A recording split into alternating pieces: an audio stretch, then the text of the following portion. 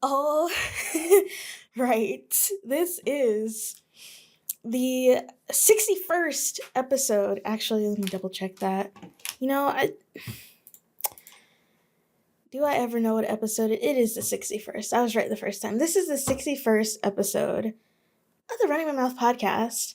I am your very festive host, Aaron, and allow me to run my mouth for a little bit. So, remember those lights I used to have up behind me at my old apartment, at my old set, quote unquote? I never got rid of them because I was still kind of trying to figure out what to do with them, but I also never put them up. But they've just been sitting on my desk for months, and I was like, oh, the Christmas episode is coming up. Why don't I wrap them around me? Because these aren't really Christmas lights. These are just like regular fairy lights. They're not intended for Christmas. And also, I don't think I'm going to keep them on because I just plugged them in and they already feel warm. But hopefully, I get a good thumbnail out of this. Because otherwise, this is mildly dangerous. I feel like this is in those fire marshal videos for like what not to do during like the holidays or the 4th of July, where they blow up the ballistic gel fingers, and they're like, hey, don't hold the fireworks. And then they put they set a dry Christmas tree on fire to be like, hey, water your tree, I guess. I don't know. Supposedly Christmas lights are a lot safer than they used to be, but like I said, these aren't Christmas lights, and I can feel the warmth right here. I'm unplugging these. Oh my god. Okay. that that got warm surprisingly quickly. Like even before recording, I didn't have these on for that long. Like maybe a minute. And I spent so long because they were raveled up pretty tight. And I spent a good 5 minutes probably unraveling them so that they could fit on my friggin' neck. Only just to take them off now. Oh well. It's fine. I need to plug my phone up, but it's also fine. Yeah, the day that this is going out, it is Christmas Eve. How fun is that? How fun is Christmas Eve? And also, as I said that, I just realized I don't have this mic plugged into my computer, so I can't actually clap sync anything. I should be able to now. I have 2 days in a row now. I've gone to bed at like midnight or past midnight. And I'm not talking about falling asleep, because there will be some times where I get in bed at like 9 o'clock and I don't fall asleep until maybe close to midnight or like actually midnight. I'm talking about head hitting the pillow at midnight, which is quite unprecedented for me, who has, a granny schedule. There we go. I have a granny schedule, and I go to bed early to some people's standards, I guess. But 2 nights in a row, I have gone to bed at past midnight, and it's been for different reasons. But last night, I did something that I wasn't 100% planning on doing. It was very spur of the moment, very spontaneous, very spontaneous. That's the only way I can describe it. But I went to Gidmas, which is Gideon's Christmas show, 2 nights of Christmas shows that they have. One was in Nashville, and I believe the Nashville one was on the 19th. I can look this up. Slash. Where is it? Yeah. So the Nashville one was on the 19th, and the Birmingham one was on the 20th, and I went to Birmingham, and I know everyone's like, oh my gosh, you who hate driving drove to Birmingham and back on the same night. I did not drive. I was driven, okay? Because there is no... I remember when this was, like, announced, and I was like, oh, maybe I will go to Birmingham for this. But also it's, like, kind of close to when I would actually be traveling back home for the holidays, and I was like, I don't know if I can, like, work it out, or if I really wanted to. Just kind of looking at the lineup, I was like, nah, maybe, perhaps.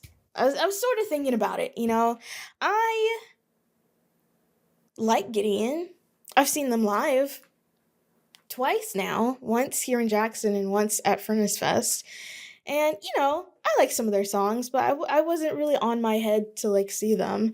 But obviously, there's like a bunch of other bands on this lineup. Very notably, Maylene and the Sons of Disaster, not in Birmingham, like you might think, given that they are from Alabama, but in Nashville. Not sure why that stacked up.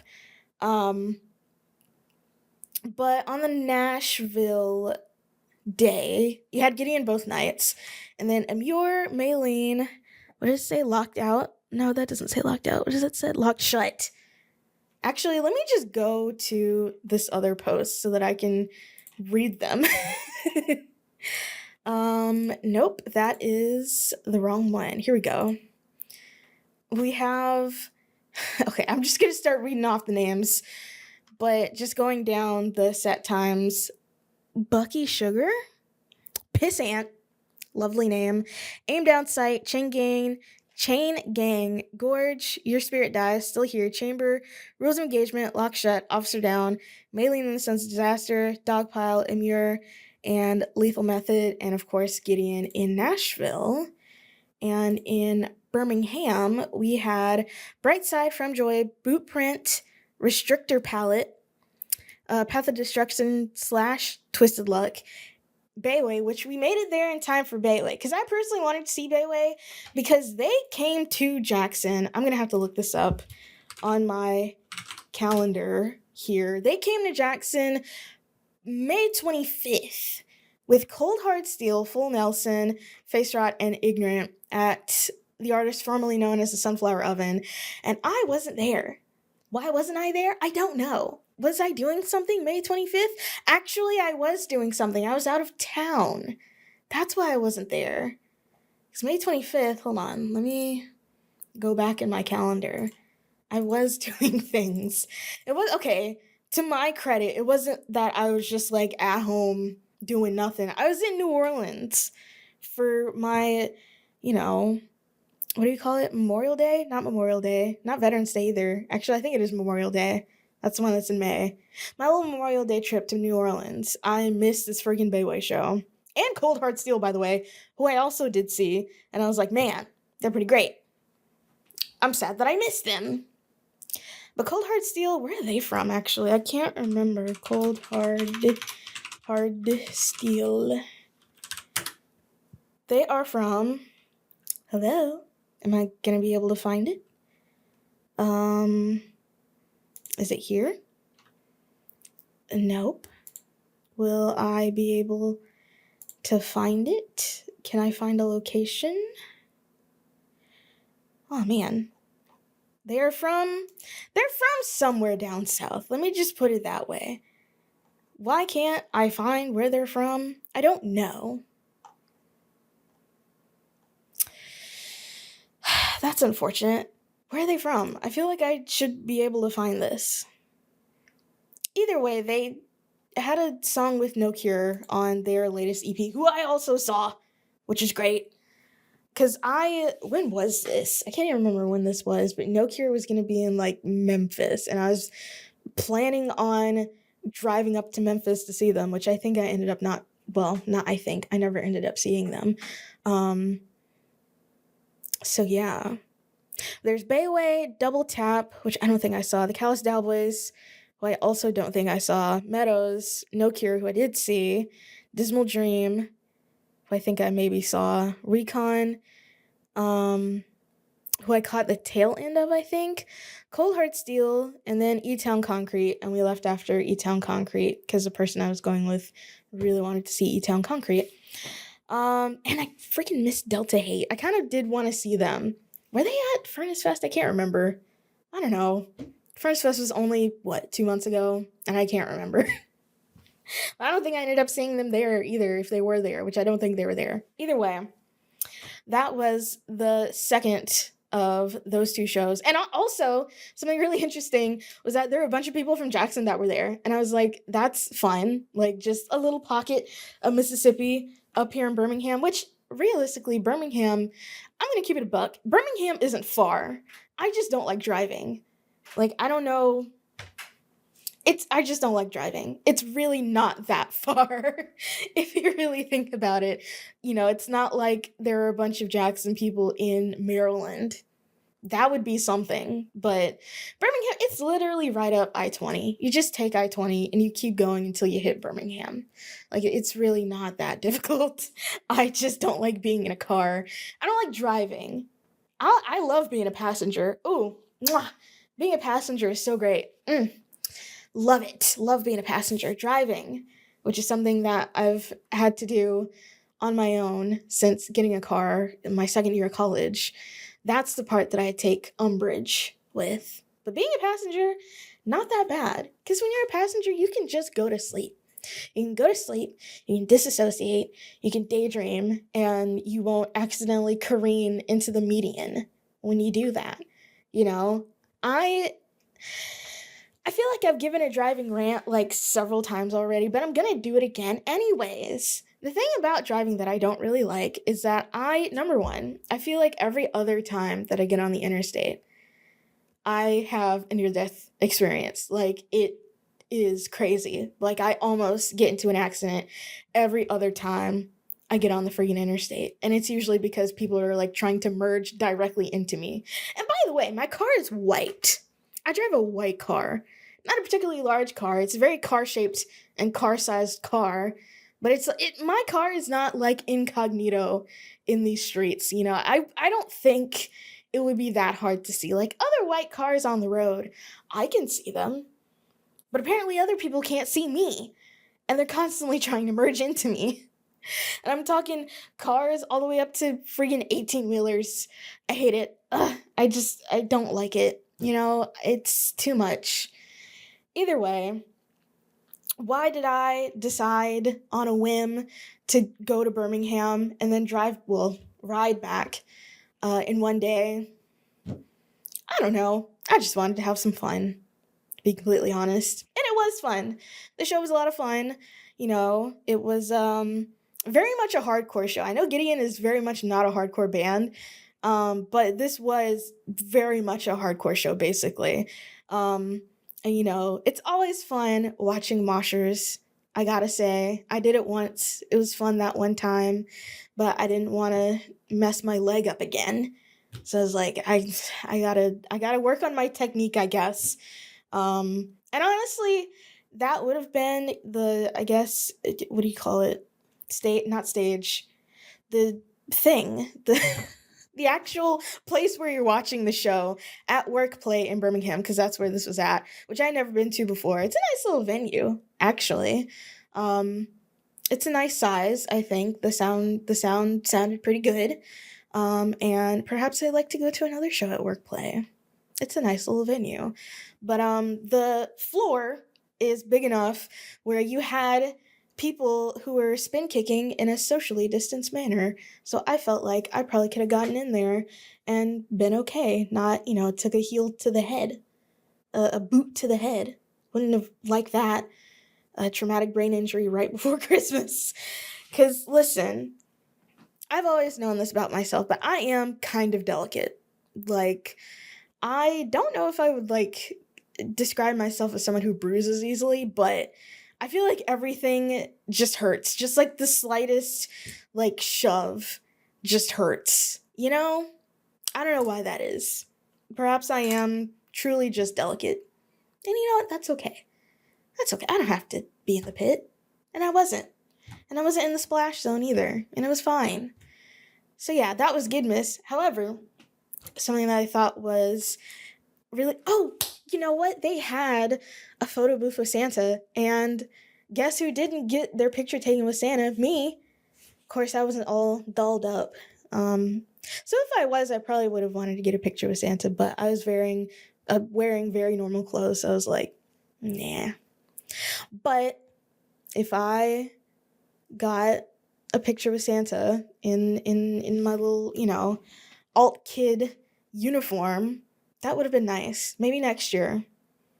But then I'd probably have to go to a mall, which I don't even know why I made that face, because I go to malls.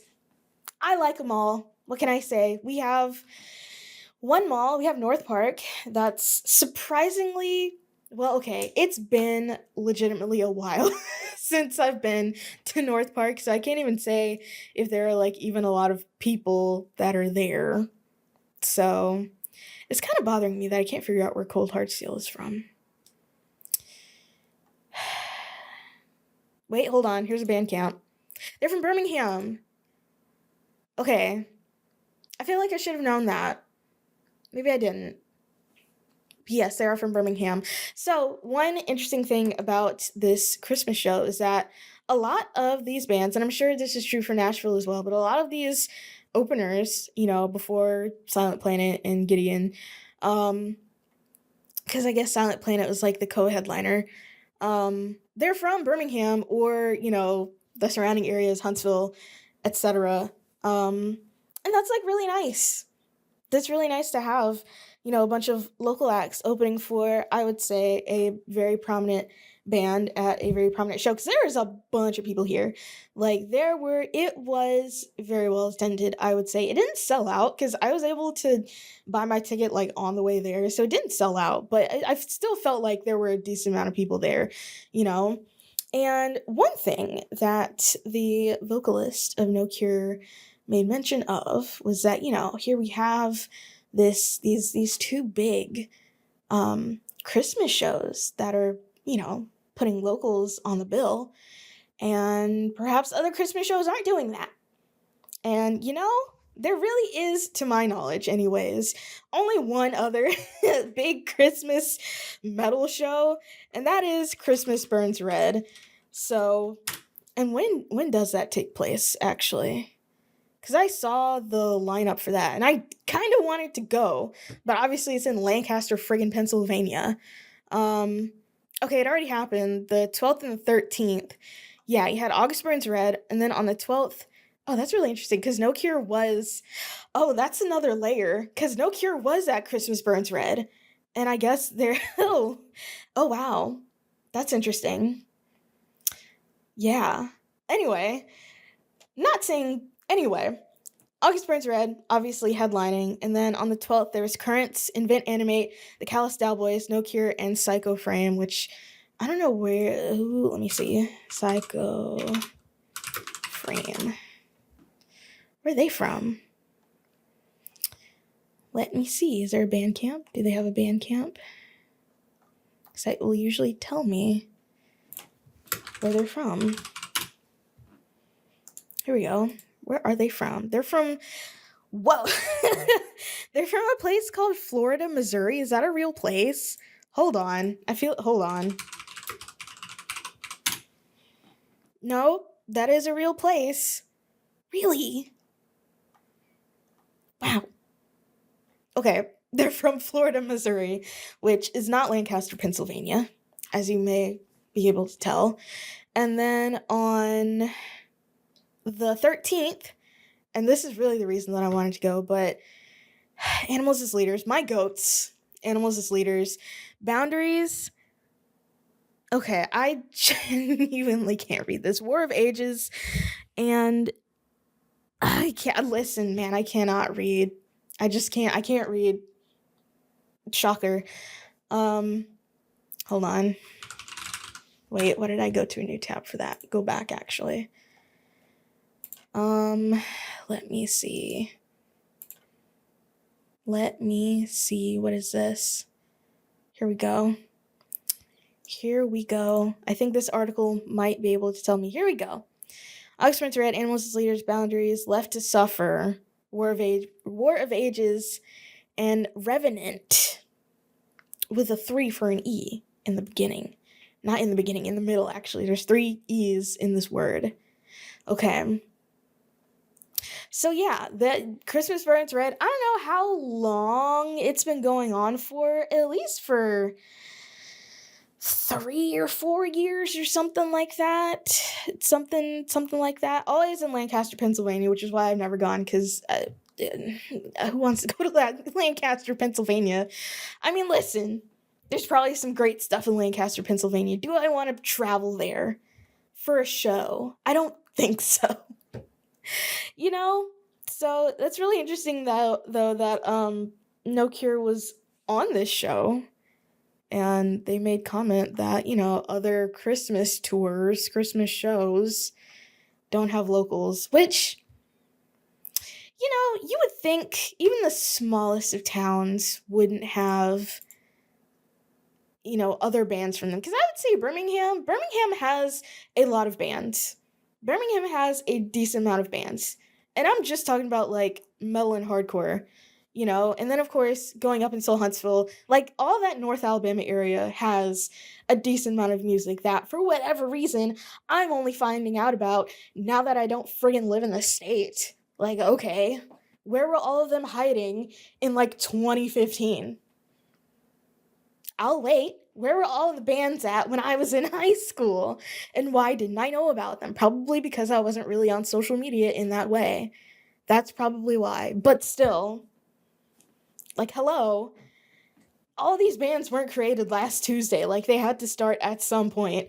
And some of them probably were around in 2015, and I just didn't know about them when I actually lived in Alabama. And now I don't live in Alabama anymore. And now here they all are. Like magic. Wow. Anyway, what was I even saying? Oh yeah, you would think, even the smallest of towns wouldn't have that much going on musically. But I don't think anyone would describe Birmingham as like a small town.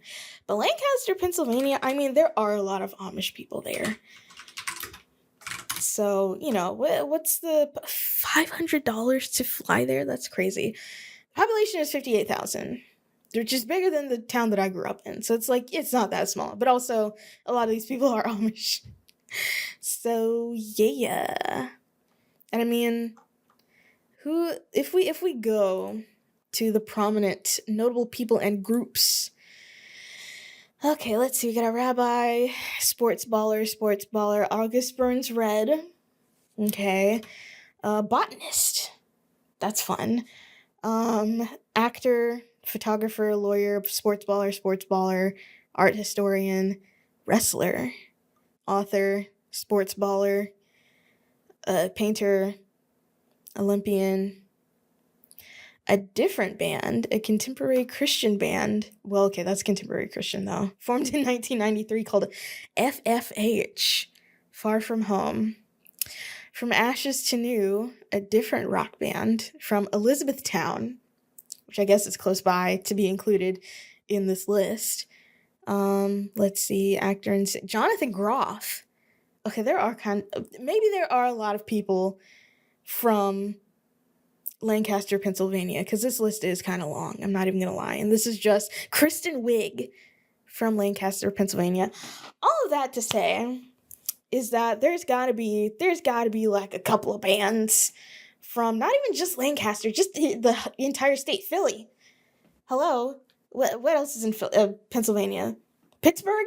Friggin' Pittsburgh. I feel like there's like a lot there. Now, how far is Philly and Pittsburgh, number one, from each other, but also from Lancaster? I don't know. But I feel like, if August Burns Red really wanted to, perhaps they could. It's kind of like the girlies are saying, if he wanted to, he would. And if August Burns Red wanted to, they could have. And Gideon wanted to, and they did. So, for that, I can respect them. I have a lot of respect for them. Keeping things local. And it was a lot of fun. I had fun. And, road tripping with a friend is always going to be fun. So, yeah. That's that. That's Gidmas. Maybe need to workshop the name. It just feels clunky to say. Like, Gidmas. It's like litmus. But litmus, at least, that rolls off the tongue a little bit better. Gidmas. I don't know. Okay. So, that was one show that I went to, but another one that occurred a little bit before that was Da Young, Shangri-La, and Facerot at CS's that I went to on the 7th, which is why I had to record the last pod episode that Saturday instead of that Sunday, and it was a lot of fun. Da Young is quite an old... I don't know why I had to say it like that. They're classic. classic kind of hardcore band, who also gave like a speech about getting vasectomies, which I was like, you know what, slay, actually. But that was interesting. But they're from Texas, and they said I think the last time they had been in Jackson was like 2007 or something like that. And after, I guess they maybe broke up or like took a break, hiatus type beat somewhere along the way. But then they, started doing shows again. And Riggs of Crooked Letter Collective fame called them up and was like, hey, I remember when y'all were here last time. Actually, now I think about it, I don't think it was 2007. It was like 2014 or something like that. It had to be later than 2007. Rick was like, hey, remember when you were here last time? Come on through. And they were here. And yeah, it was a really fun show. Facerot, as always, puts on a pretty great show.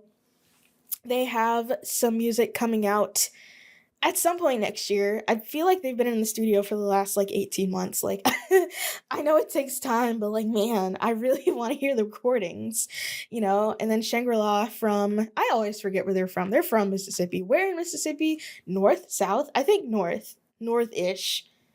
I could look this up, but I think the mystique is better, in my opinion. They're not from Jackson. That's what I do know. They're from somewhere in Mississippi. They, of course, put on a great show. I am trying to think. I mean, that's pretty much all there was to it. It was fun. I was, unfortunately for the show, in the splash zone, and I did get wet. I don't like that, actually. I got splashed. Let's say I got splashed. I got whacked. We don't need to be euphemistic. I got whacked. I got an elbow to the boob, like right here. It hurt real bad. And then, like 20 minutes later, I got another elbow to the boob, like right in the same place. And then a little bit in my collarbone. And that hurt so freaking bad. It hurt for, I swear, like 4 days. Like, this was just like hurting. And then I got a bruise like right here because I got pushed back into an air conditioner. I was like, man, just getting beat up at these shows. But honestly, there kind of was nowhere to not be in the splash zone. Like, the crowd wasn't that big. Like, pretty much there was a semicircular barrier around everyone moshing, and pretty much everyone got. So it's like, what can you do? I could have just stood in the other room, but I didn't want to do that. I wanted to be able to see, So I stood in the splash zone and got whacked twice in the same spot. Yeah. Surprisingly, this didn't leave a bruise, even though I felt like it hurt the worst, but this did, which I haven't, bothered to look recently. Don't know if it's still there, but also that was like 2 weeks ago, so I would hope it's not still there. Yeah, that was that show. And then, let's see. There were a couple of shows that I unfortunately did not go to. More than a couple, actually. Last weekend, I don't know. I feel like it comes in cycles. My intense tiredness. Is this a medical thing? I don't know. Probably. Who's to say? But there will be sometimes, like, stretches of days where I am just double dog tired and I don't want to do anything. Like, I barely wanted to wash my hair that weekend, but miraculously I did, and styled it, and it looks pretty good. It always looks good. Who am I kidding? It always looks good. And that was pretty much all I did that weekend. And I spent most of the weekend laying in bed and watching Law and Order. Specifically, the last 3 seasons of Law and Order. Because, I feel like I'm not too ashamed to admit. I'm going to do an exercise for all of us. I need you, okay? And I'll do it with you. Okay? We're gonna be in this together. It's gonna be alright. I'm mostly telling myself this, but, let me see. I need to know what comes up first before I tell you to do this. Okay. Okay. Okay. All right. All right. I need all of you. I need all of you at home to get your phone or go on your computer and type in the search bar Detective Lupo, Lupo, Law and Order, and go to images, and you will see what I mean. Okay? I am a simple woman with simple tastes, you know? And a vaguely Italian man with curly hair. That will do it for me. That will do it for me. All right? I will not be answering any further questions on that matter, but that's what I spent most of that weekend doing, literally laying in bed and watching Law and Order, which, by the way, I sort of talked about this. Not really. Not like on my, public account. On my private account I did. But I feel like the Dick Wolf production, like, writing has gone downhill. If it ever was any good. Because I'm not going to lie. Some of these Law and Order storylines are kind of crazy, right? Because I feel like with, at the very least, Law and Order SVU, later on, like, I don't know if this is when it started, but this is when I was watching. I was watching Law and Order SVU in high school. Don't know what that was all about, but whatever. I felt like there were, instead of it just being, case of the week type thing, which, I mean, that is really what Law and Order is, there were overarching storylines. You had a nugget planted at the beginning of the season, and it, like, grows to the end of the season. So it's not just, case of the week type stuff. They didn't do that in old Law and Order. And I don't know. I mean, that makes it a lot easier to watch. It's kind of low stakes watching because I feel like you don't really have to pay attention, which is a crazy thing to say. But, like, it's like, it's just week to week, it's mostly the same thing. Because, like, when Jeremy Sisto's character comes onto the show in season 18, it's because, like, his brother dies, and they, like, sort of address it in the later episodes, which, by the way, I'm still on season 18. Like, 18, 19, 20, those are, I don't know if those are the last 3 seasons before the reboot, or those are just the ones that are available on Hulu, which is where I'm watching this. But, like, he joins. I don't know what happens to the other guy whose name I can't even remember, which is crazy. What happened to his partner? I think he, like, died or something. But, like, they don't really address it, like, at all. Like, there's no flashbacks. There's no talk about it. Like, during the episodes, it really is just about the case. And there will be, like, 1 or 2 throwaway lines about something that happened, like, in a prior episode. And that's kind of it.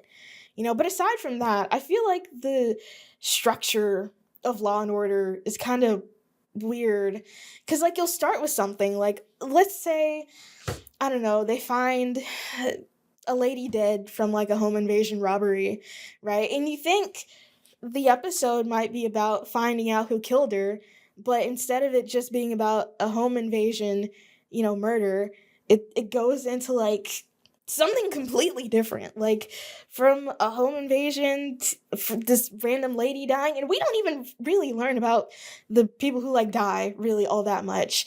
And then it goes into, okay, perfect example for this is that episode about the friggin' pants, right? So it starts out, okay, I can't exactly remember how it starts out, but there's this whole, like, $20 million lawsuit about some pants. Like, a laundromat loses this guy's pair of pants, and he, like, sues them for $20 million in, like, the early 2000s, mind you.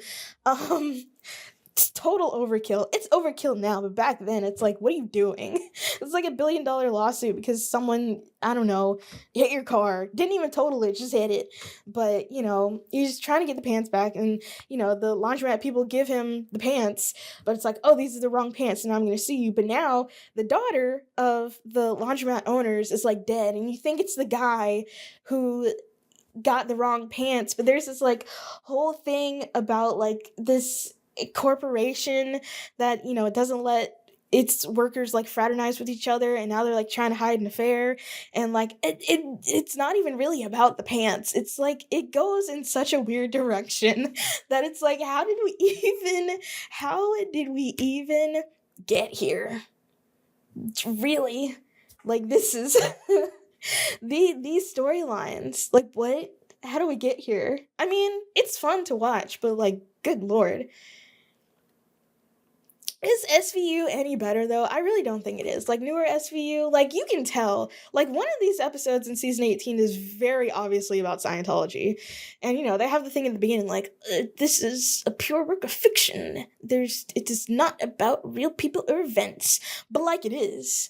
And also in SVU, I mean this is SVU, not regular Law and Order, but there was the episode that was very obviously about Elliot Rodger that came out in 2015, not even that long after it happened, mind you, which I think Law and Order does have a reputation for doing a lot of rip from the headlines stories, because after a while, after 30 years of doing this show, because SVU started in 99, and Law and Order started before that. Law and Order. Let's see, there's 25 seasons of regular Law and Order, and it started in 1990, September 13th, 1990, and then SVU started in 99, and then Organized Crime is over? Oh my god, wait, my mom is gonna be so upset. She loves Stabler. Let's see, and then there's Criminal Intent, Organized Crime, I think that can't be the only one. And then FBI, which that's not Law and Order, it's different. And then whatever the heck FBI Most Wanted is, which that ended. What is Law and Order Trial by Jury? Law and Order True Crime. And then there's all like the Chicagos, which I don't even really watch the Chicagos. There's a UK Law and Order. What is Law and Order Hate Crimes? There's too many laws and too many orders. There's too much going on. Dick Wolf must be stopped. But either way, I feel like the writing was a little bit more tolerable in the older Law and Orders, because I do watch FBI sometimes because it comes on the channel that I watch to go to bed, or to fall asleep rather, at like 11 o'clock, and I'll wake up randomly in the middle of the night, and I will say, I don't know if it's the acting or the writing or like a combination of both, but just the dialogue is booty juice in FBI. Are they getting AI to write this? You know, it wouldn't surprise me. I feel like, I mean, I don't know the man, but I feel like Dick Wolf might be the kind of guy to cut some corners. And it's like, could I write better dialogue? Maybe. If I tried really hard, if I gave it the old college try, could I write a better episode of FBI than whoever they got writing it? I don't know. Maybe. Anyway, why was I even talking about Law and Order? Oh, because that's what I was doing last weekend, and that's why I didn't go to any shows, because I was tired and watching Law and Order. But, okay. On the 13th, there's the Akashic 45, Dreams Without Color, and Achilles, which I am a little upset that I missed that because, of course, I was raring to see Dreams Without Color again. However, they have a show next month. It is on... Did I write? Yes. It's on the 17th. So I will be fine. I will see them then. Hopefully, I won't be too tired and watching Law and Order in bed on that Saturday. But yeah, that was that show. And also, speaking of the Akashic 45s, as you know, because I mentioned it on this here pod, but I think at the point that I actually talked about it on the podcast, I hadn't listened to the album yet, which is crazy. Don't know why I did that. But this is back in September. What is this? Let me see. This is episode 55, The Facts of Matter, that I talk about briefly, I think. The Akashic 45's album. But now I've actually been listening to it, and I will say this is a great album. Like, I'm not really often into like alt rock type stuff, but this album is, a lot of the songs are so catchy. They're so very catchy. I mean, I can just go down the sorry, I unlocked my phone to anyways, just going down the list. I mean, this is like, honestly, an all killer, no filler album, if I'm being honest. And I know the Akashic 45s watch, so shout out the Akashic 45s for watching the pod and also for making this album because I've been spinning it like for a week straight. Like I'm not even joking. Like this is it's wormed its way into my brain and I'm letting it stay. And honestly, what I do find really interesting is that the Akashic 45s, they do kind of describe themselves as like cryptid rock, and a lot of these songs, Drunk Aliens, Hollow Earth, Vampires, Parallel Universe, Bermuda Triangle, Chipped, which is like, wiretapping your phones, Mandela, The Mandela Effect, Undead, Skeletons, Haunted House, Squatch, Area 51, all these songs, on the surface are kind of about these various like conspiracy theories and stuff, and that's fun, but you really start to listen to the album and you listen to the lyrics and like this is deeper, like this goes a little bit deeper, like listening to maybe like the first half of this album, you get the idea that whoever the protagonist or what do you call it, narrator is in a very unhealthy relationship with someone and is clearly trying to get away.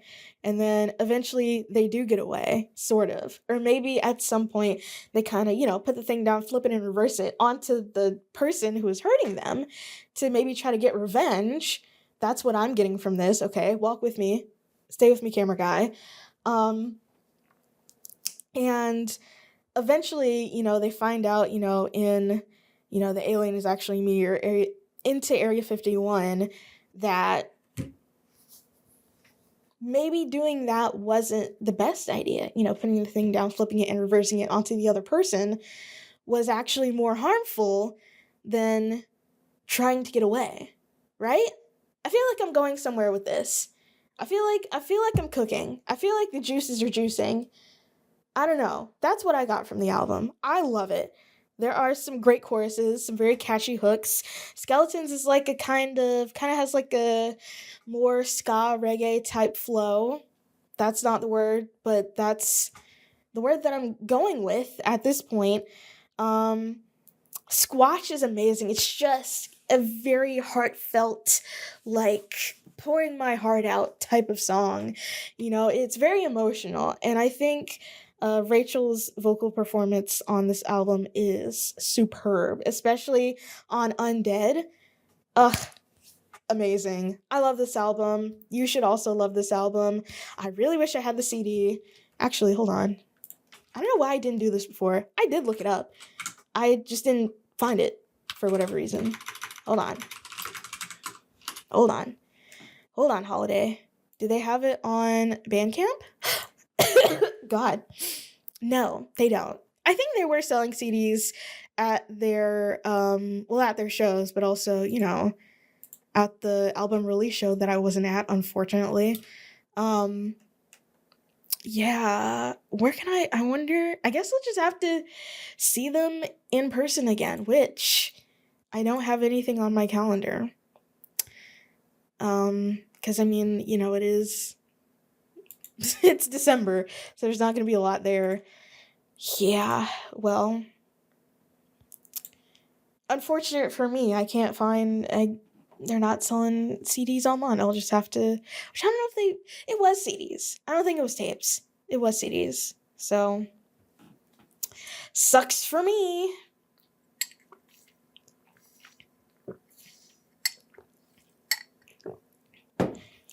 All right. Speaking of shows that I didn't go to because, it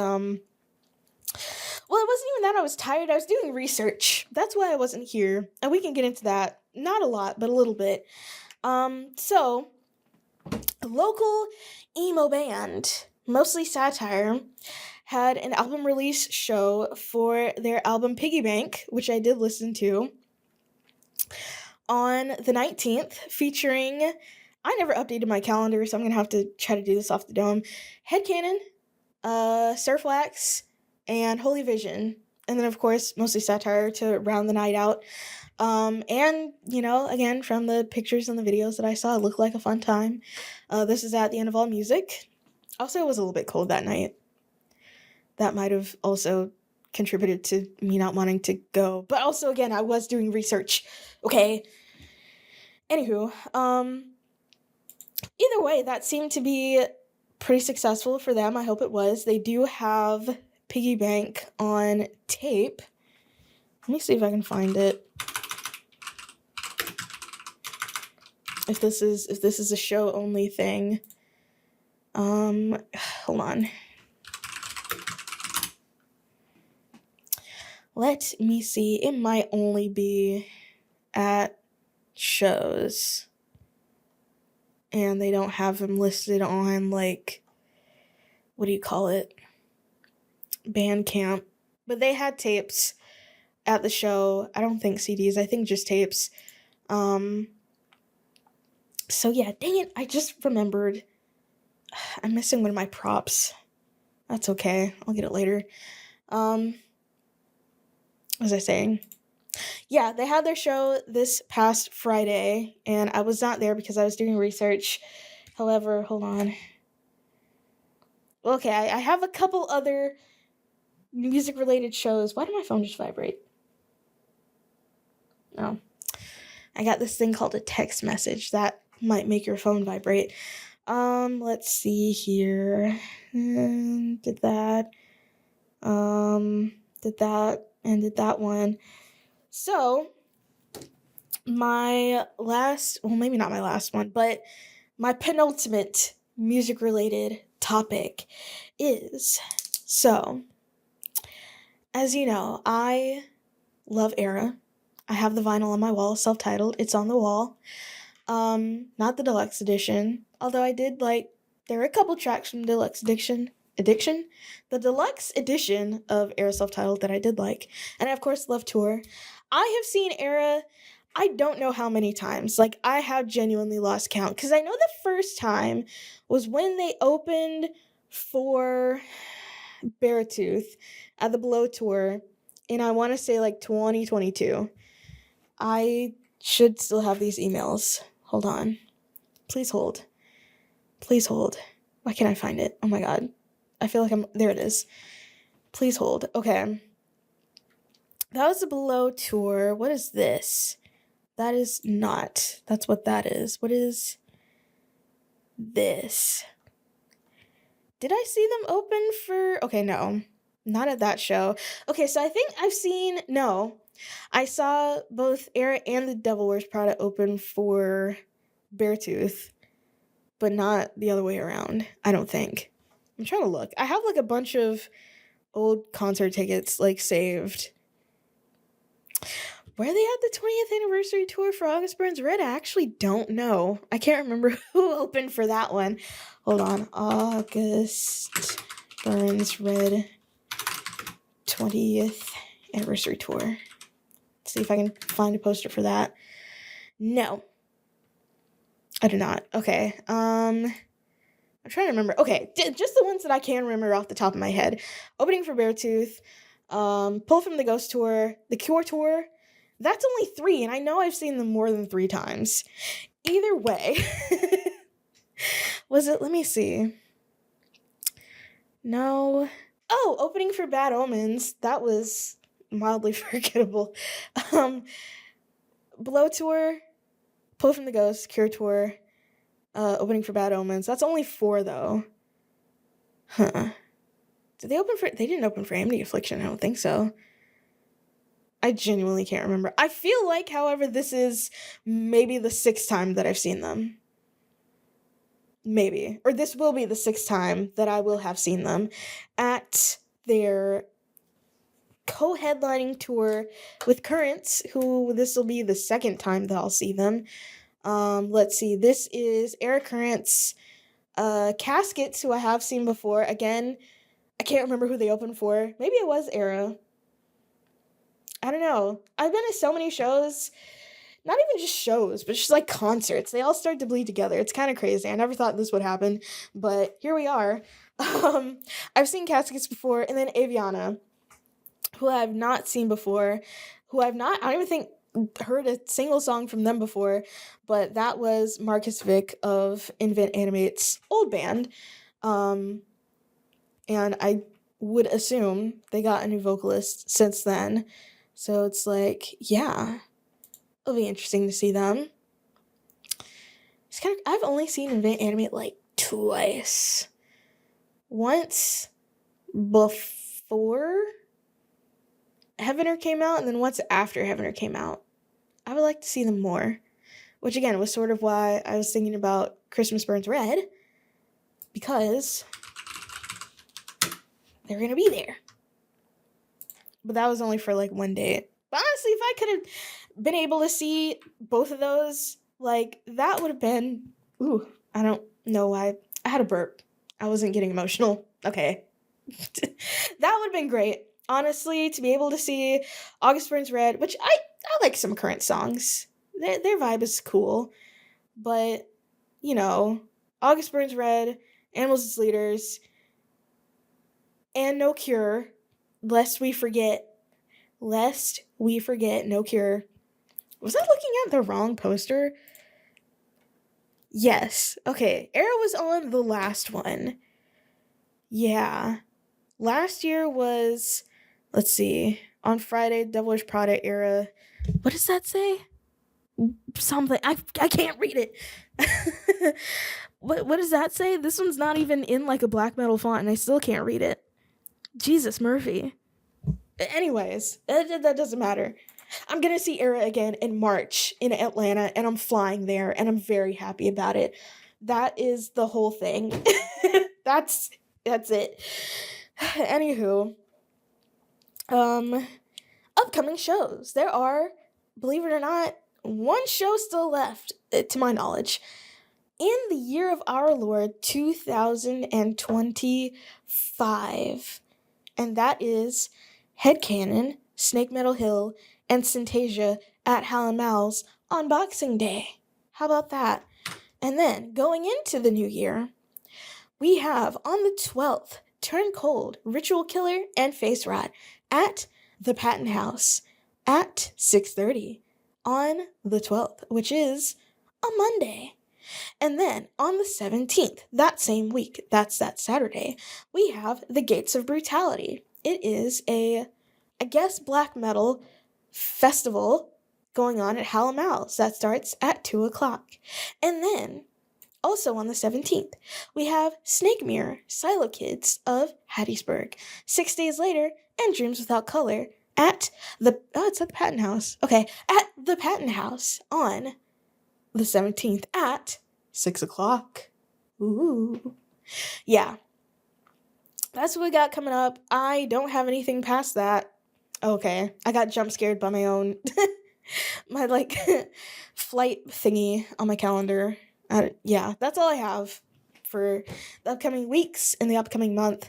But I need to get my one, like, prop that I have. Which, I mean, it's not a prop. I think you can probably tell what's about to happen, but I still need to go and get it. Alright, so my friggin' hat is coming off. Please don't come off, friggin' hat.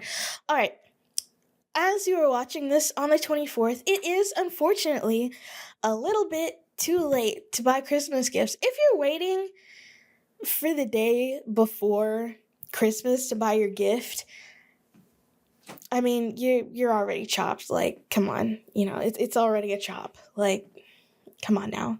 But considering that tomorrow, as you are watching this, as this releases, is Christmas, you might find a little gift card stuff in your stocking.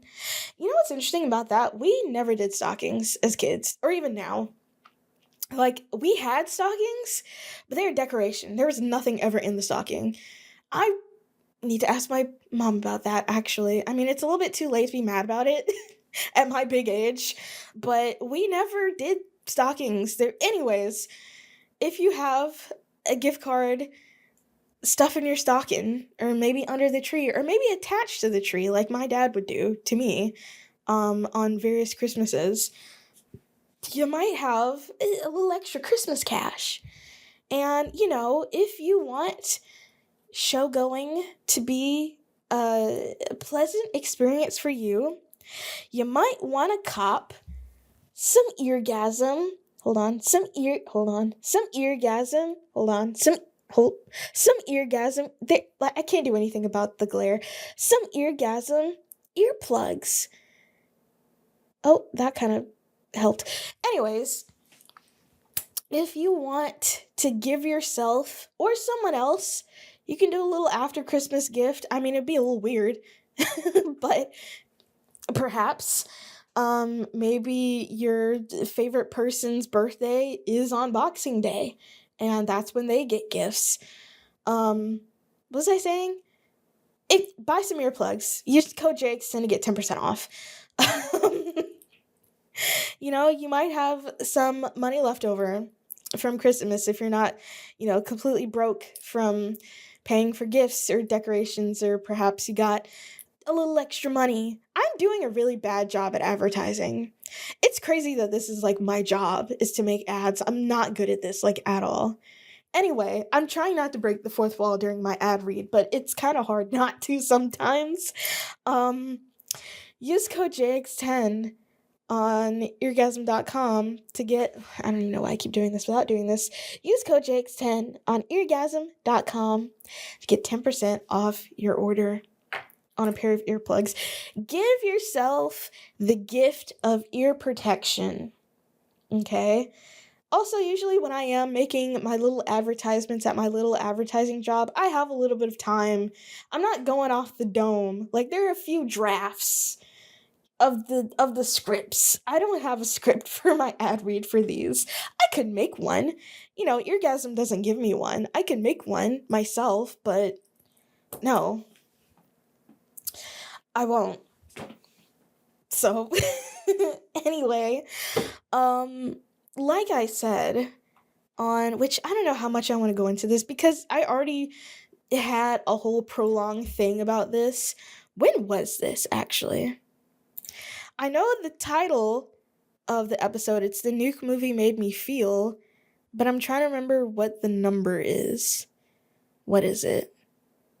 Oh wow, this is an early episode actually. Where is it?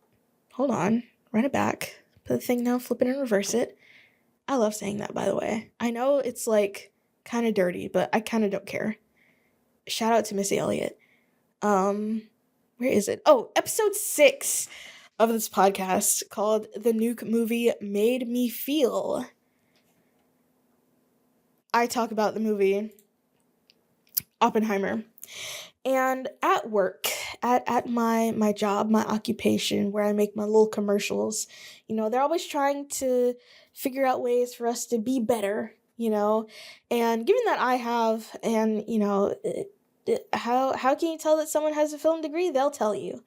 Given that I have my film background, I do try to go the extra mile when it comes to pretty much everything that I do when I have the time to do so. Because sometimes you get them deadlines and it's like you kind of can't go above and beyond when you have deadlines. It's kind of unfortunate. But when I am given a little bit of breathing room with some of my projects, I try to, I try to put my foot in it. I try to put both of my feet in it.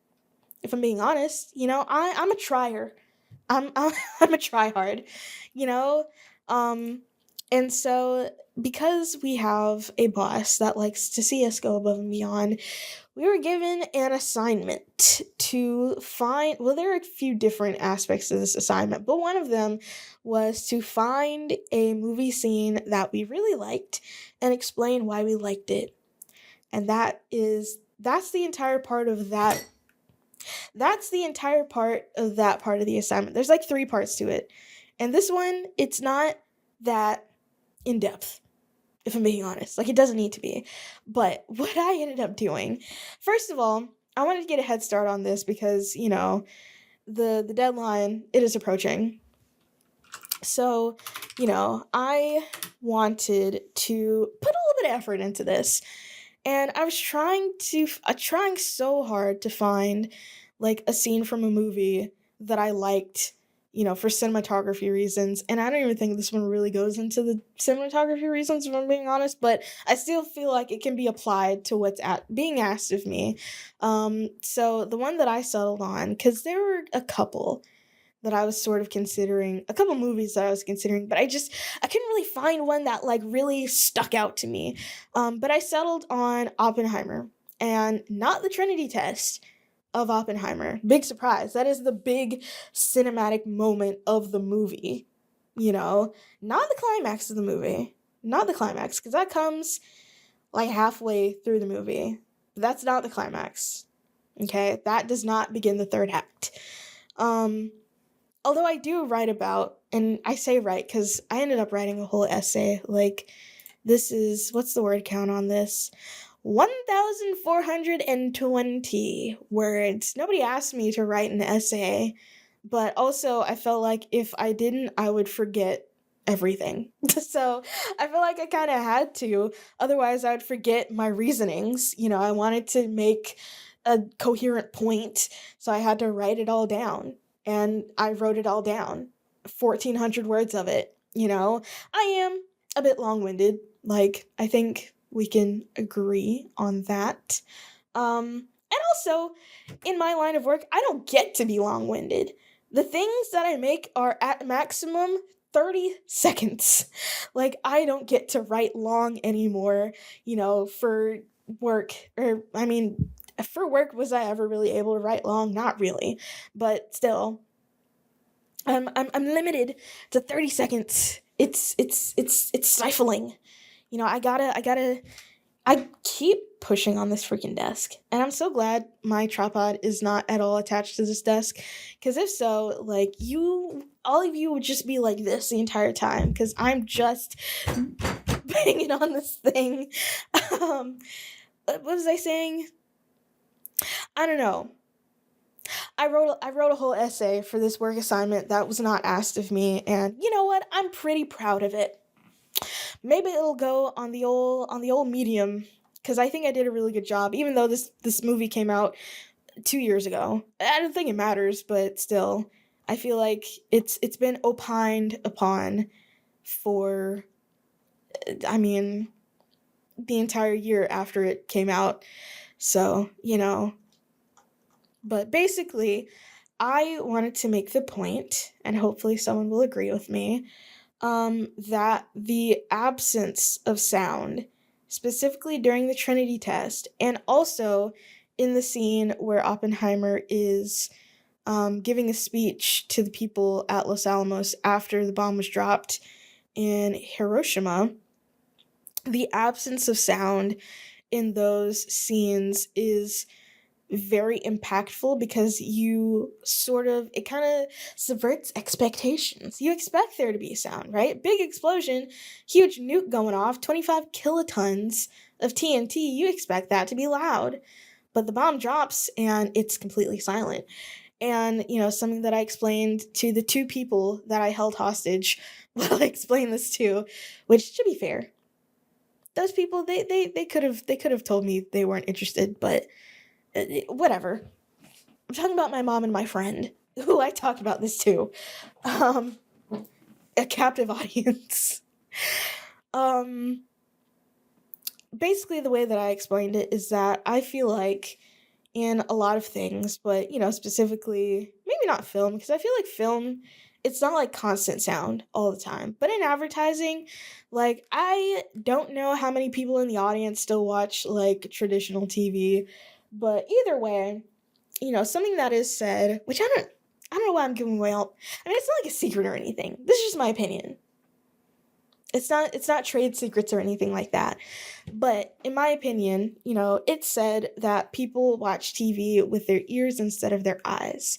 And if that's true, well, I mean, spend 30 minutes watching network television. You know, it's nonstop sound from whatever program is on to all the commercials. It's all nonstop sound.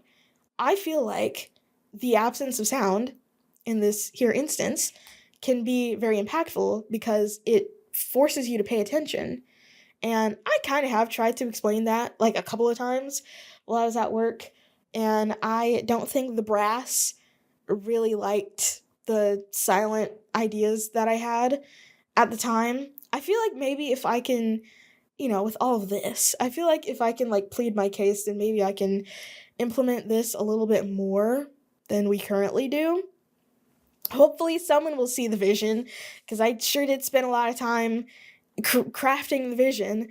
And also, I spent 3 hours last Friday, my Friday evening, watching Oppenheimer again, and I'm like, what a movie. I forgot how much I like that movie. I liked it so much, and I, of course, already talked about this at length 2 years ago on this here pod. Um, but, like, yeah, what a movie. What a movie.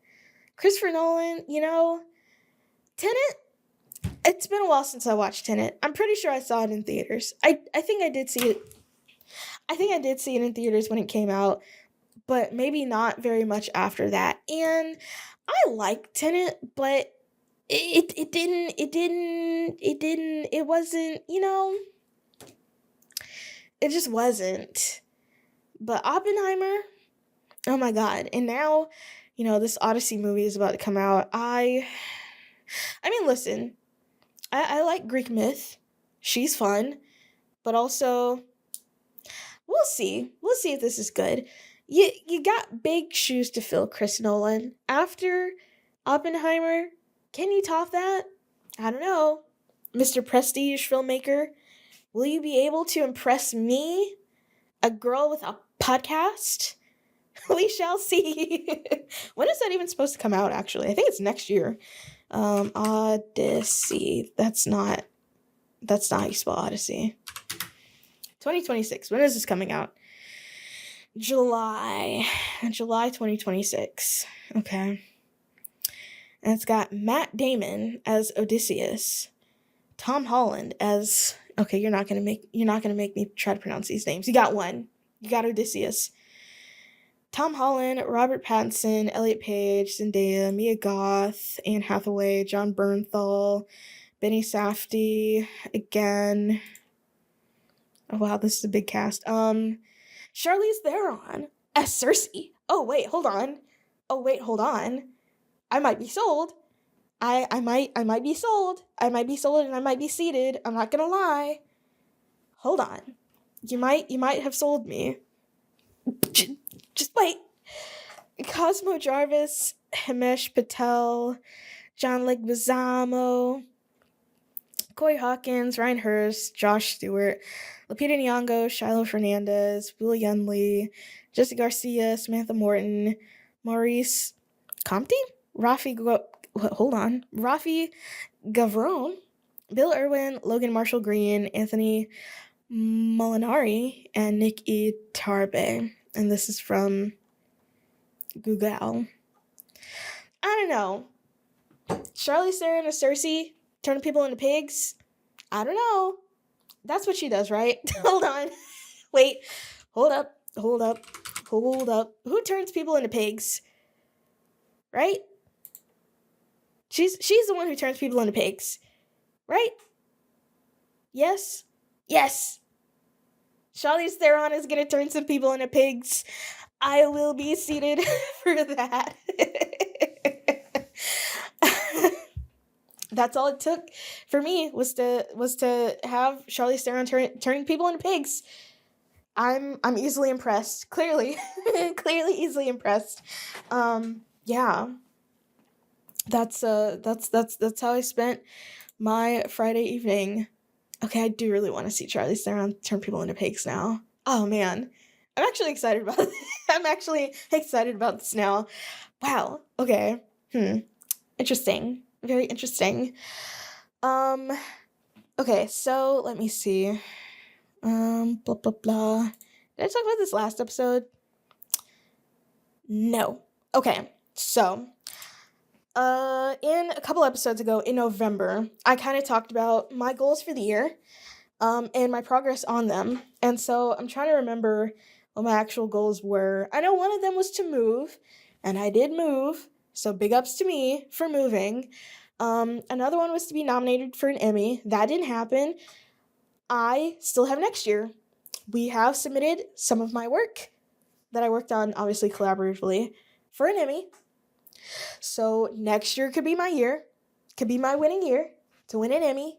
Not even win. I just want to be nominated, by the way. That's the whole thing. I just want to be nominated. Winning isn't everything, but sometimes it is. But in this instance, it's not. It's only part of it. I just want to be nominated. What else? I'm trying to see. Read more books. I did end up reading more books. Last year I read one book. This year I technically read three. I don't know why. I do remember reading Kindred. I'm trying to look over at my thingy. Kindred by Octavia E. Butler, which I technically started like last December, but I finished it in January.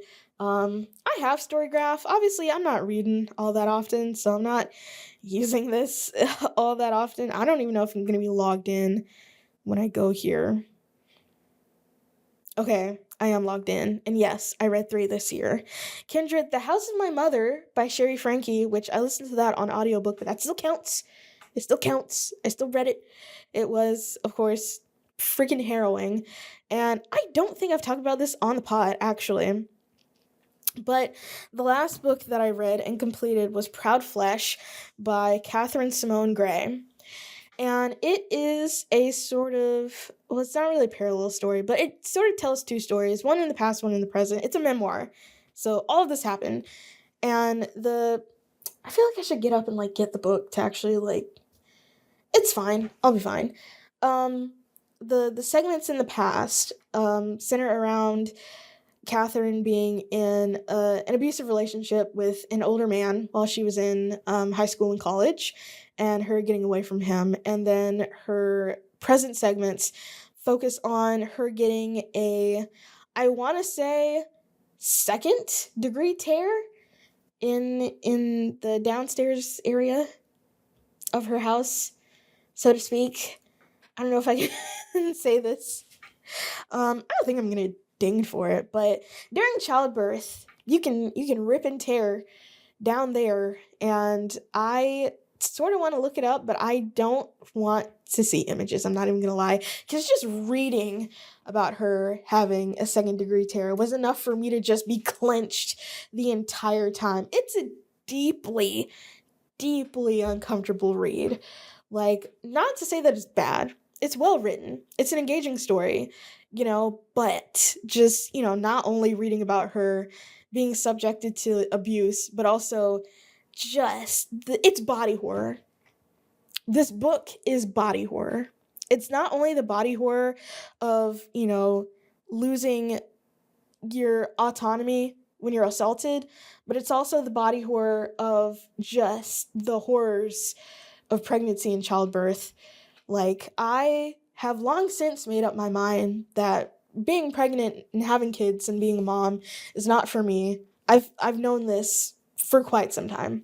But reading about what she went through to bring these two kids into the world, I don't want to be like, was it worth it? But good God, was it worth it? Like, are these kids cool? I hope they're cool. Like, are they chill? Like, imagine just reading what she had to go through. Because this is the second degree tear happened with her second kid. The first one was a C-section. And not to say C-sections are easier, because she still had a lot going on with that. But, imagine, I don't know. I don't know. She's a much stronger woman than me. I will say that much. She's a much stronger woman than me. Because it's visceral. Not only emotionally, but just physically. And it's, again, deeply uncomfortable to read. Like, I would, for the present segments of her talking about, the treatment that she has to undergo that lasts for like a few weeks for her second degree tear that like overheals and creates too much scar tissue, clenched the entire time. Like, it just legs crossed, like, I mean, you can't see my legs, but just legs crossed, and I actually saw her kind of talk about the book at the Mississippi Book Fest, because she is from Mississippi. She lives in Jackson. um it was a panel about, Mississippi memoirs, and I had actually bought her book not knowing she was going to be at that panel. And it was really interesting hearing her speak and everything, especially, knowing what I know now. Like, God, yes, that woman is much stronger than I. Oh my God. I don't know how many times I could say that. But yeah, that is a body horror. I something that I apparently love doing is ascribing horror genres to works that aren't specifically horror. Like, I think Oppenheimer is a horror movie. I think Spencer is a horror movie. I think this memoir that I'm talking about is body horror through and through. Like, it doesn't have to explicitly be written or, created in the style of horror to be horrific, you know? Speaking of Spencer, Speaking of Spencer, it's a Christmas movie. It takes place during Christmas. And if Die Hard is a Christmas movie, then Spencer ought to be a Christmas movie too. So, I'm gonna watch Spencer. Um, I thought about Christmas Eve, but I don't really know. Why do I have a flake on my shoulder? Maybe I'll watch it at some point during the week before Christmas. But it is a Christmas movie. Also, something that I've kind of wanted to do is like go through the Rolodex in my brain and like write out all the Christmas media from the years, like, the first Trailer Park Boys movie, Spencer, like a number of Christmas specials from shows. Yeah, and like watch those all throughout the week, which I could still do that, but I don't know. Is it weird if I say I don't feel like it? I don't really feel like it. I mean, I'll watch Spencer. Like, that's definitely the move, but I don't know if I want to go through and, like, list stuff. And also, I don't know if this is still a thing, but I feel like a couple years ago, especially around New Year's, which I'm not really big on New Year's because I'm not really big on partying, and I feel like New Year's is just, like, the party holiday. But there would be those tweets on Twitter back when Twitter used to be fun, and not overrun with like racists and weirdos. Where if you started a specific movie at a specific time on New Year's Eve, when the clock struck 12, then a specific like scene would happen. And I only ever think of those like at 11 o'clock on New Year's Eve. So yeah. Anywho, um, I was gonna talk about more like specific Christmas stuff, but I kind of don't have any. I think this is the first year that I haven't like asked for something for Christmas. Like I didn't explicitly ask anyone for anything for as a gift. I did my shopping. I have gifts for everyone, but I didn't ask for anything. So if I had to really think back, what was like a really great Christmas gift that I got? And I don't really know. Like an all-time Christmas gift. Well, one Christmas. Oh, this one. Oh my God. Hold on. Hold on. Hold on. Was this it? Hold on. No. That wasn't it. Is it this? Wait. Hold on. I don't think that was it either. I mean, it looks familiar, but yes, it was. Hold on. Hold on. Open image in new tab. I think this was it. Wait. Yeah. Okay, so growing up, hated dolls. I hated Barbies. I hated baby dolls. I hated dolls. Real bad. Real bad. Oh, here it is. Oh my God. Hold on. Oh, freaking Pinterest. I can't see the full thing. But one of my favorite. Oh my gosh. Oh, and there's the other one that I had too. Okay, I gotta stop beating around the bush. One of my favorite Christmas gifts that I got, that did happen to be a doll, was a Polly Pocket. But the first one that I got was the limo. And the thing with the Polly Pocket limo is that you would put her in the driver's seat and then you would load up her like little magnetic clothes in the like mid section of the midsection of the limo, and then you would roll it forward and she would go backwards like through this little curtain and then put on the clothes, and it was so great. I freaking love that thing. But that paled in comparison to the bus, the Polly Pocket bus. Oh my God. I loved this freaking bus. I mean, it didn't really have anything like any special mechanism where you like roll her through and she, you know, puts on clothes, but it was like a little RV and it like expanded and it had a little freaking elevator on it. I'm looking at the picture right now. This is, oh my gosh. This was an all-time gift. Straight up. It was an all-time gift. Like, wow. And then it came with a blender for some reason, like two little cups, along with all the other accessories and like a little bed. Uh, all time. All freaking time. I don't know what this was called though. But if I had to guess, this like RV, maybe if I look up RV instead of bus, because it was mostly an RV. Okay, no, that's not it. But it kind of looked like an RV. Oh, here's a listing on eBay. $34. Oh. I'm not about to buy this. Like, I'm not about to buy this. I don't really know what it's called though. I mean, it's like a tour bus, maybe? I don't even know. But that was an all-time Christmas gift for me. And then of course getting my first laptop when I was like 11. That was pretty monumental in that it opened a whole big wide online world for better. I'll say for better, not for worse. I think it was for the better, giving me unrestricted access to the internet at 11 years old. I mean, listen, I got really into online games like RuneScape and Habbo Hotel because they were free and my parents were not about to pay for games for me. I also learned how to pirate. Yeah, because my parents wouldn't pay for games. I learned how to torrent. And it's really easy, by the way. Kind of going back to a topic from 2 or 3 episodes ago, Anadius made the most, convenient way to play The Sims 4 without paying for it. But it's not the only way. Torrenting is not hard. It really isn't. I could figure it out at 11, 12 years old. You can figure it out now when there's tutorials for everything. In-depth tutorials for everything. So if you're moaning about not being able to use the Sims 4 updater from Anadius, skill issue. It's a skill issue. I don't know what else to tell you. Like, get on my level. Pleb. Anywho. Yeah. I love that freaking bus. Oh my god. How could I forget? I got both a DS and a DSi, not in the same year. The DS was first. I got a DS Lite. I got a rose gold DS Lite. It was the Nintendogs edition. I got that along with My Sims for the DS.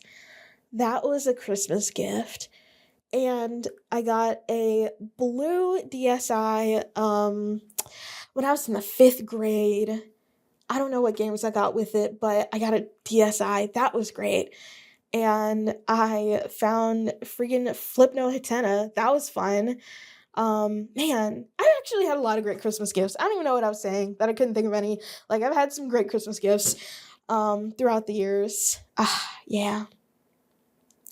I like Christmas. And I don't decorate my house or anything because I always spend Christmas back home. But one day I would like to, get into the decorations of it all.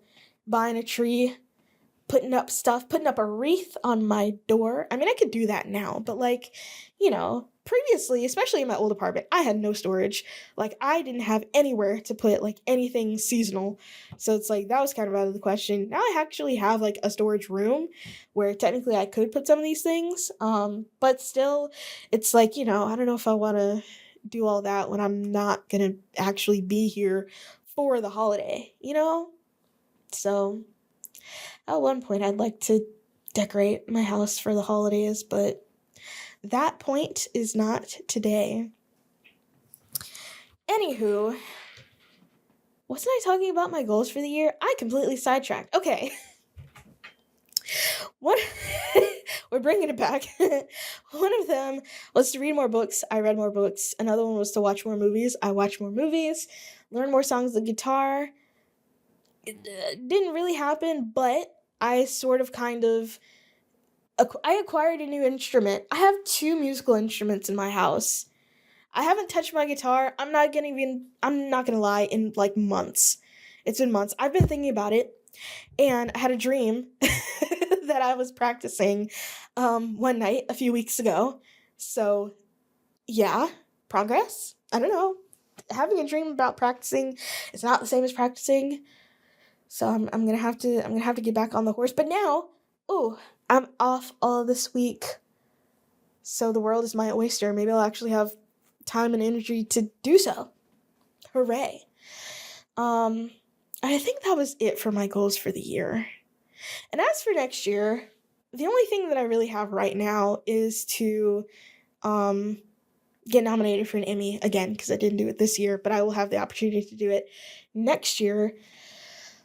But I don't know what my next goal would be. I think I'll carry over reading more books, so I need to read more than 3 books next year. Watching more movies, maybe not. Because I feel like I just was not in the theater in 2024, like, at all. Speaking of, I can see a movie this week. Oh, I love being off work. I love being off work. I love setting my away message. And I also love turning off my email notifications on my phone. However, I turned off my email notifications, back in September, and I never turned them back on. So I can't even get the satisfaction of doing that anymore. But either way, nobody's looking for me. Nobody needs me for anything. So I never really needed to have them on in the first place. So yeah. Fun. I don't really know what my goals for next year are going to be. I'm going to have to think about it, probably. But I feel like, since this will be the last episode of 2025, I feel like, I don't know, I feel like I've 2025 was pretty good for me. I'll say. I think it was pretty good, all things considered. I knew my recorder was gonna die, but anyway, before I was so really interrupted by my recorder dying, which, by the way, maybe one of my goals for next year is to buy some freaking rechargeable batteries for my audio recorder, so I won't have to spend so much on freaking Duracells. 8 of these cost $9. Anywho, when I could probably spend a little bit more than that, but have rechargeable batteries. Anywho, making good decisions in 2026. Is it likely? I don't know. As I was saying, I didn't really expect anything bad to happen to me this year. I mean, does anyone really expect anything bad to happen to them? I mean, if they do, that's some good old-fashioned anxiety. But honestly, this year was pretty good, all things considered. 2025, pretty good. Of course, I have explained this before, but I don't feel like New Year's feelings during New Year's. My New Year is in September because, I mean, it makes sense if you think about it. Like, your year starts when you're born, and your New Year is your birthday. That is when it actually feels like a year has passed for me. I feel like the year is just starting, weirdly. Also, I think it's because not only is my birthday in September, but usually school starts in like August, and that's, a new year starting. So I think that's why my New Year's also feels like it's in the summer instead of, the winter. So, I feel like I've already given my musings on how my 24th year has gone. So I won't get into that, I don't think. Or 24th. I'm 26 years old. Jesus, my 25th year has gone. I've also given musings about how my 24th year has gone, but that was a bit ago by now. I can't believe I forgot how old I am. Maybe I am Unk. Oh. Either way, I'm hoping that 2026 can be a better year for all, because it was a good year for me personally, but just like in the grand scheme of things, pretty terrible. Pretty terrible for reasons I don't think I have to explain. But 2025, it wasn't 2020, but goodness gracious, it wasn't 2018 either. It's just 2018 even that good for me? I don't know. I feel like my last good year was like 2015. Maybe. No, because I was still a teenager. Have I ever had a good year? That's a big philosophical question that I don't know if I can answer at this moment, but either way, as I do wrap up this episode of the podcast and, this final episode for 2025, I started this freaking podcast. First of all, I started this back in 2023, May 10th. That was the first episode of the pod, of this pod anyways. And yeah, it's been 2 years already. That's kind of crazy to think about, that I've been doing this for this long. I don't know how long I expected to be doing this, but 2 years, I don't know. But also at the same time, the only reason, I won't say it's the only reason, but a very big contributing factor to me doing the podcast for as long as I have been is because of support from the viewers. People coming up to me in person at shows and telling me how much they like the podcast and asking me when the podcast is going to be back, which, by the way, aside from like maybe 1 or 2 times, I've been pretty consistent that this goes out every other week. We're on an every other week schedule. There are roughly 2 episodes per month. So, it's every other week. But still, even then, people asking me when when the next episode is coming out, that means a lot to me. That really does give me a lot of motivation to keep going. Obviously, I don't do anything I don't want to do. And, I wouldn't be doing this if I didn't enjoy it. I do enjoy it. And the encouragement from others, it helps. It helps a whole lot in doing this.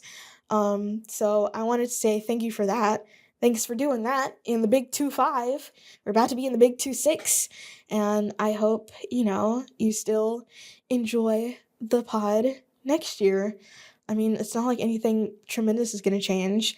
The only real change was to the graphics, which I think, I'm not going to lie, I didn't like them at first, even though I literally made them, but they have grown on me. After the 49th episode, starting in the 50th episode, so 10 episodes now we've had these graphics, I think they're pretty good. I think I did a pretty good job. Graphic design is my passion, if you didn't know.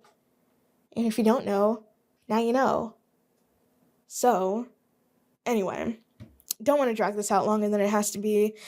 I hope everyone watching in Running My Mouth land, at the risk of sounding like the most annoying millennial have a Merry have a Merry Chrysler, a happy Honda Days, and I hope this has been a December to Remember sales event. So, yep. Are people even really buying cars in December like that? Are people buying cars? When was the last time someone bought a car? Anyway, I don't know why the car manufacturers give us these just amazing slogans for us to use in, December specifically. When is Toyota-thon, actually? Hold on, Toyota-thon. Thon, oh my god. Hold on. When is Toyota-thon? Mid-November through early January. So Toyota-thon is right now. If you're trying to buy what is this? It's a yearly event that showcases extremely low leasing and financing rates. So it's a sale. It's a sale for Toyota. I'm not even in they're not paying me. I don't even know why I'm talking about this. Goodbye. Anywho, yeah, that'll be it for me for this episode, the 61st episode, this final episode of 2025 of the Running My Mouth podcast. I've been your host, Erin. Thank you for allowing me to run my mouth in the year 2025 and the years previous, and hopefully also the year to come. I had something else I wanted to say, and it just flew out of my mind that fast. That's so crazy. Oh, the next time that we see each other, it will be 2026. When is that episode coming out, actually? Hold on. Okay. It will be 2026. Actually, hold on. Did I do that wrong? I think I counted that wrong. No, I didn't. I didn't count that wrong. Okay. The next time we see each other, it will be 2026. Oh, won't that be so exciting? I can't believe the year is over. I'm gonna try not to think about it too hard though, because if I do, then I'm gonna start feeling weird. So, yeah. Use code I'm just not even gonna use code JX10 to get 10% off your order on eargasm.com. Use a little extra, the little extra dollars you got for Christmas, and give yourself the gift of hearing protection this holiday season. Or give it to someone else. I don't know. I can't control what you do. I just remembered I had something I wanted to mention, but I'm at the end of the episode now, so it doesn't matter. It doesn't matter. It doesn't matter anymore. Goodbye. I need to roll up these lights that are just on the ground now, so I'll go do that, I suppose.